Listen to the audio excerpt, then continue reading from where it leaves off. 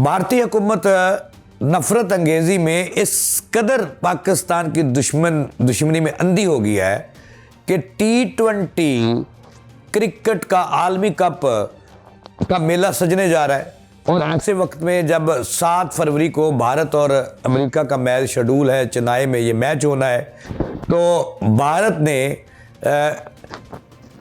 अमेरिकी cricket team के 4 players के वीज़े मुस्तरद कर दिए हैं।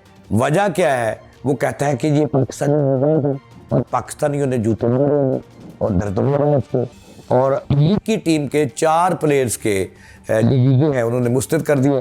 इसका इंकशाफ जो है अमेरिकी फास्ट बॉलर अली खान ने किया है। इस समेत उसके जो असान, आदल, मोहम्मद मोहसन अमेरिकी टीम की जिन्होंने नुमाइंदगी करनी है और भारत के T20 खेलने जाना है, उनके वीज़े ही मुस्तरद कर दिए और इस वजह से किए हैं कि वो उनका बैकग्राउंड पाकिस्तानी है। ये है भारत का वो मकरू चोरा जिस पर दुनिया आज थूक रही है।